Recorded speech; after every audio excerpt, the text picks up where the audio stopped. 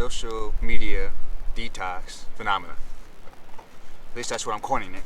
So everybody has their own take on this, and a lot of people make videos. There's over 330 million Americans, and people are quitting social media every day. I think it's more of a detox phenomena, if you want to call it anything, because there's so many people leaving, but they always come back. And I left for 2 weeks, 2 weeks ago, and I left for a couple months, a year ago. I want to talk about some of those things. I realized that instead of an objective take on it, I would just like to share my own thoughts, see if anybody else can relate to what's going on. And I spent the last couple of weeks writing them down in a journal so I can articulate them best as I possibly can. A lot of the small things start to feel like the big things. Just driving down the road, looking at a flock of geese landing on a lake, suddenly has more meaning to it. Or waking up and seeing the sun shining through your window. Stuff like that, they're kind of go through the motion type of things. But when you don't have your phone as an alternative to be on for 8 to 17 hours a day, those things start to hold meaning. It helps you appreciate your place in life a little bit. And I think it's a beautiful way to be able to encounter the world. It's like being a child again. You don't go on your phone, you just do what's around you. Obviously, a lot of that leads to boredom. And collectively, as a society, we view this feeling of boredom as something that's wrong or something that we need to get rid of.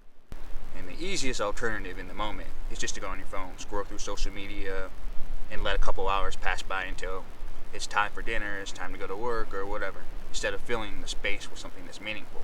So some of the things that I've started to spend my time on, journaling. When you're not on your phone and you're not distracted, you start having thoughts. Just more thoughts, deeper thoughts. You start thinking more about life and what's going on around you. And the journals help me make those things feel complete. So even when I'm on social media, I have thoughts and I have ideas, and I don't write them down and do anything with them. They just go away. What I do, journaling kind of helps tie some loose ends together. So at the end of the day, I feel like my thoughts, my ideas are preserved. They're put down somewhere if I ever want to go back to them. And I don't have to worry about losing those things that are important to me. But reading's a big one too. Like I said, when you're bored and there's nothing else to do, you're going to go on your phone. So as an alternative, I started doing a little bit more reading. And the thing I noticed, a lot of my thoughts that are in the back of my head, when I used to read what's going on in the world, social media, what's going on in my life, they're there when I read. But the more I just take time to just let life be simple and let life pass me by, not try to rush anything, I can read without those thoughts. I can read and just focus only on the book itself, which helps me comprehend and helps me take in the information a little bit more. So that was something I didn't expect. I was able to spend a little bit more time with my hobbies and the things that I enjoy. I was able to sit down, play more guitar, and do it in a way that felt more meaningful to me, because I don't have the option to, let me play for 30 seconds here, look at my phone for a few minutes, and then play for 5 minutes, and then stop. It just becomes more individualized, more focused, instead of fragmented. And there's this tethered feeling that I think we all get. It's almost like you're in this misty cloud where you're tied to a ball and chain. Because when you have your phone on you and always have the option to look at social media, you can always feel its presence, if that makes any sense. As soon as you delete it all, and you don't have the option to go back and look at it, that presence kind of dissipates. It takes a few days, but it dissipates, and it creates a little bit more peace in life. So it's just that tethered feeling that's gone away from me. Of course, prayer is a big one. At the end of the day, it's easy. Go on the phone,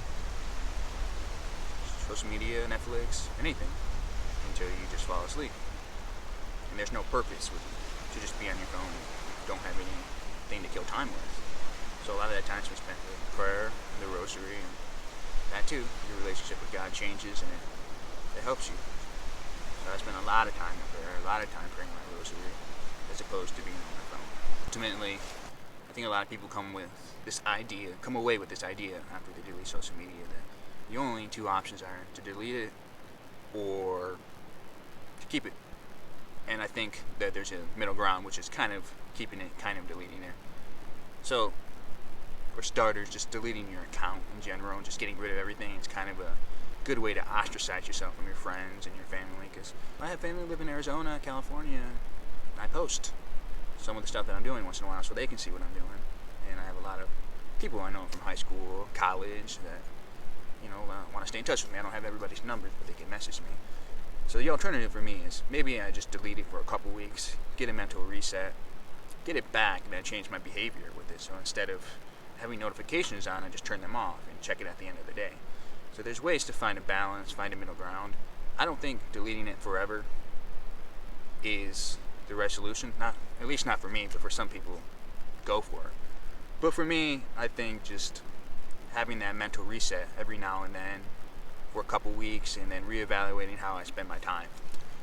One thing you can do is interesting. If you go on your phone, you go to your settings, you go to screen time. I think the average screen time for Americans is around 8 to 10 hours a day, which is insane.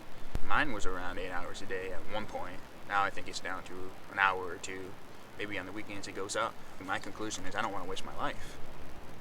You look at that time and you take your average for the day and think about how much time you're spending just mindlessly scrolling or mindlessly doing things that don't make sense. And if you took all those hours and you put them into something like playing guitar, reading, filming, doing things that are fruitful, things that help you advance, like imagine the person you could be. You could be so much more if you took those hours and put them into something fruitful. And that's my biggest takeaway, is the shocker, the realization of all the time that's been wasted. And ultimately, when it comes down to it, I don't want to waste my life. I don't want to be 20 years from now and realize I spent 20,000 hours on my phone. But instead, I went outside, I hiked, I was with my friends, I did the things that were meaningful. I went to church, I prayed. And they're all little things. They don't seem so big in the long run. But when the time comes and you look back, those were the big things. And think about what you want in life, what's holding you back. And as Jordan Peterson says, you can't tell people it's okay to be the way they are, because they're going to stay the way they are. And I want to be more than I am. Well, if you're still here, thanks for listening to my take on social media, because at this point, it's kind of for me, just the whole filming and uploading stuff, but maybe someday it might be for 20 other people. But if you're still here, subscribe, like, do whatever it is we're supposed to do on YouTube, I guess. But that's good. I'm satisfied with that. I'm happy with that. It's cool to express your thoughts.